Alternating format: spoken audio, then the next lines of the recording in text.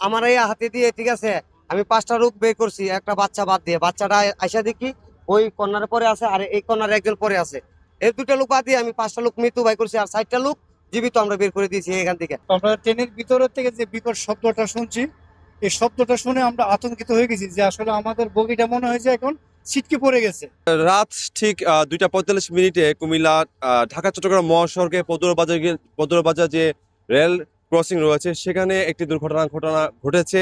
আমরা যা জানতে পেরেছি, চাঁপাইনবাবগঞ্জ থেকে একটি যাত্রীবাহী বাস যেটি নোয়াখালীর উদ্দেশ্যে যাচ্ছিলেন, যখন বাসটি কুমিল্লা ঢাকা চট্টগ্রাম মহাসড়কে পদুয়ার রেলওয়ে ক্রসিং সামনে আসে, তখনই চট্টগ্রাম থেকে ছেড়ে আসা ঢাকা মেইল নামে একটা ট্রেন বাসটিকে সজোরে ধাক্কা দেয় এবং বাসটিকে তারা ট্রেনে হিস্ট্রে প্রায় 1 কিলোমিটার দূরে নিয়ে যায়, অর্থাৎ কুমিল্লার জাঙ্গালিয়া কচুয়া যে এলাকা কচুয়া নামক যে এলাকা, সেই এলাকায় এসে বাসটি থামে। এই ঘটনায় এখন পর্যন্ত অন্তত 7 জন নিহত হয়েছে বলে আমরা জানতে পেরেছি এবং এই ঘটনায় আরো আহত হয়েছে অন্তত 15 জন। আমরা কিছুক্ষণ আগে কথা বলেছিলাম কুমিল্লা সদর দক্ষিণ থানার ইপিজেড ফাঁড়ির পুলিশ পরিদর্শক সাইফুল ইসলামের সাথে। তিনি আমাদের বিষয়টি নিশ্চিত করেছেন। তিনি বলেছেন যে এখন পর্যন্ত স্থানীয়ভাবে এবং ফায়ার সার্ভিস মিলে 7 জনের মরদেহ উদ্ধার করেছেন এবং এর সাথে 15 জনের মতো অন্তত আহত হয়েছে বলে তারা জানতে পেরেছে এবং যারা মরদেহটি উদ্ধার করেছে সেগুলি কুমিল্লা মেডিকেল কলেজ হাসপাতালে নিয়ে যাওয়া হয়েছে বলে আমরা জানতে পেরেছি। তাছাড়া ফায়ার সার্ভিসে যিনি কর্মকর্তা রয়েছেন তিনি আমাদেরকে বিষয়টি নিশ্চিত করেছেন, তারা এখানে এসে 3 জনের মরদেহ উদ্ধার করেছেন এবং স্থানীয়ভাবে আরো 4 জন, সব মিলিয়ে 7 জনের মরদেহ উদ্ধার করা হয়েছে বলে তারা নিশ্চিত করেছেন। তবে এখানকার যারা ট্রেনে যাত্রীরা রয়েছেন তাদের সাথে আমরা কথা বলে যা জানতে পেরেছি যে নিহত সংখ্যা আরো অনেক বাড়বে বলে তারা বলছে। আমার জানার মধ্যে আমার এই হাতে দিয়ে, ঠিক আছে, আমি 5টা লোক বের করছি, একটা বাচ্চা বাদ দিয়ে। বাচ্চাটা আইসা দেখি ওই কর্নারে পরে আছে, আর এই কর্নারে একজন পরে আছে। এই 2টা লোক বাদ দিয়ে আমি 5টা লোক মৃত্যু বাই করছি, আর 60টা লোক জীবিত আমরা বের করে দিয়েছি এখান থেকে। আর ওইদিকে সামনে কি হয়েছে ওইটা আমরা বলতে পারবো না, ঠিক আছে। আমি এতটুকু জানি, ওদেরকে আমি যা হেল্প করতে পারিছি হেল্প করছি, আর বলছি মিডিয়াকে ফোন দেন। হ্যাঁ, আমার দিকে কিছু নাই, মিডিয়াকে ফোন দেন, সাংবাদিকের ফোন দেন, পুলিশকে ফোন দেন, তারপরে ফায়ার সার্ভিসকে ফোন দেন, ওদেরকে ফোন দেন, আনান। আর এলাকার মানুষের কাছে আমি হাতে পায়ে অনুরোধ করতেছি একটু ধরে সহ্য করেন, ওরা করছে। যখন এখানে ট্রেন আটকে থাকার পর আমি তারা ঘুরে ঘুরে নামছিলাম। নামার পর এখানে মানে সবাই দিশাহারা, সবাই কাঁপতেছে।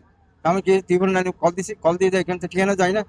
সাধারণত একজন মহিলা একটা পুরুষ আসছিল, এদেরকে ঠিকানা নিচ্ছিলাম। ঠিকানা পরে এখানে কুমিল্লার দক্ষিণ সদর থানা বলছিল, একটা বলেছিল ঘটনা, ঠিকানা বলছিল আর কি। তো এগুলো আমি পুলিশকে জানাবো। এরপর পুলিশ আসছিল, এরপর সেনাবাহিনী, তারপর এখানে সার্ভিস যারা আছে এদের সবাই আসতেছে। যেমনটা আপনারা শুনতে পেলেন যে ট্রেনের যে যাত্রী রয়েছেন তিনি যেমনটা বলছেন যে ট্রেনটি দুর্ঘটনা ঘটার পরে কিন্তু তারা ট্রেন থেকে নেমে বাসে যারা থাকা যে যাত্রীগুলো রয়েছে সেগুলোকে উদ্ধার করেছে এবং তাদের হাতে 5 জন যাত্রী নিহত হয়েছে বা মরদেহ তাদের উদ্ধার করেছে তারা নিশ্চিত করছেন। এবং তার পাশাপাশি যিনি ট্রেনের একজন যাত্রী ত্রিপোনানের মাধ্যমে পুলিশকে তারা বিষয়টি নিশ্চিত করে তারপরে পুলিশ ঘটনাস্থলে আসে এবং পুলিশ ঘটনাস্থলে এসে তার পাশাপাশি ফায়ার সার্ভিস লোকজন এখানে আসেন এবং যারা সেনাবাহিনীর সদস্যরা তারা এখানে উপস্থিত হয়ে তারা উদ্ধার কাজ শুরু করেন। তো আমরা ট্রেনের ভিতরের থেকে যে বিকট শব্দটা শুনছি, এই শব্দটা শুনে আমরা আতঙ্কিত হয়ে গেছি যে আসলে আমাদের বগিটা মনে হয় যে এখন ছিটকে পড়ে গেছে। আর যেটা মানে গন্ধ বের হয়েছে বগির ভিতরে, ভাবছি যে আগুন লেগে গেছে। তারপরে যখন 1 কিলোমিটার শেষে নিয়ে আসছে এখানে আসার পরে আমরা ট্রেন থেকে নামে শুনতে পাই যে বাসের সাথে মানে ধাক্কা লেগে যায়। ধাক্কা লেগে তারপরে এখানে দেখি অনেকগুলো মানুষ সেখানে ছিটকে পড়ে আছে। প্রায় মহিলা একজন ছিল, ওইখানে একজন ছিল, ওইখানে একজন ছিল, ছোট বাচ্চা ছিল। ওনাদেরকে এই ট্রেনের যে যাত্রী ছিল ওনারা দ্রুতভাবে ওনাদেরকে এখান থেকে বের করে নেওয়া হয় আর কি।